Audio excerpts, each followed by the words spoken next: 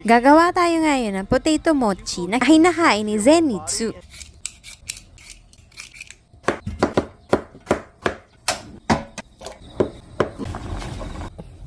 Nilagyan ko lang ng potato starch yung minash kong potato. Ano daw? Tapos, hinahalo-halo ko lang. Hindi ko alam kung paano siya isi-shape. Ibibilog ko ba siya o isi-square muna? Bahala na nga, lagyan ko na nga lang ng cheese.